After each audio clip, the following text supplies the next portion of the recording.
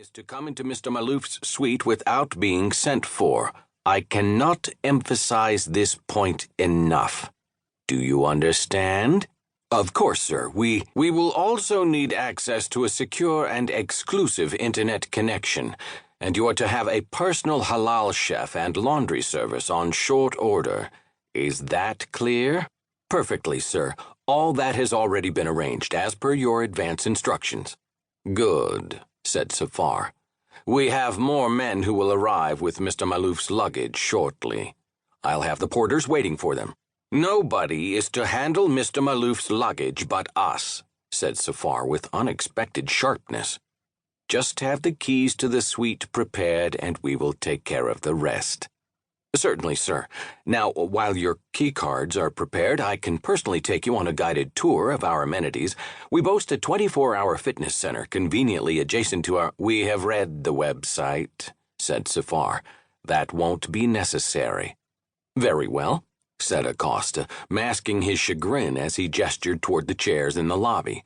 If you gentlemen would like to take a seat as we get your key card squared away. Rosso followed as Acosta made his way to the reception desk.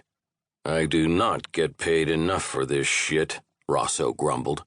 Babysitting a bunch of— His voice trailed off into a mumble. Screw this up and neither of us is going to be paid at all, said Acosta, because we're going to be out on our asses.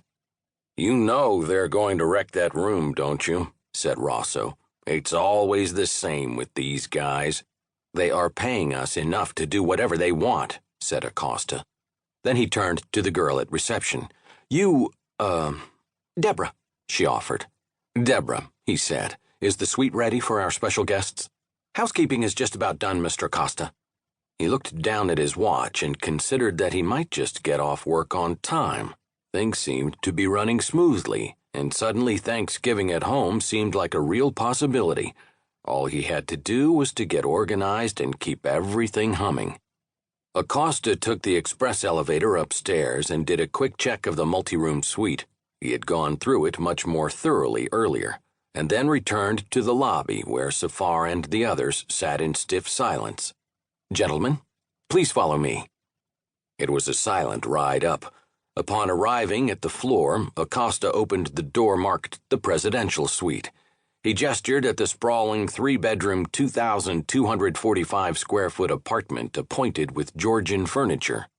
Would you like me to give you a tour? We have some exclusive items donated by past U.S. presidents, which are themselves— We will manage from here, Safar cut him off.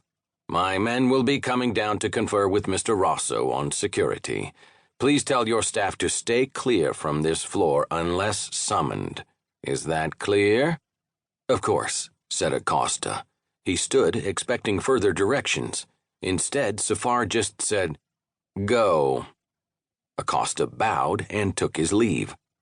Just 3 days, he told himself as he got into the elevator and hit the button for the lobby, and just another 90 minutes before he could leave, if all went well.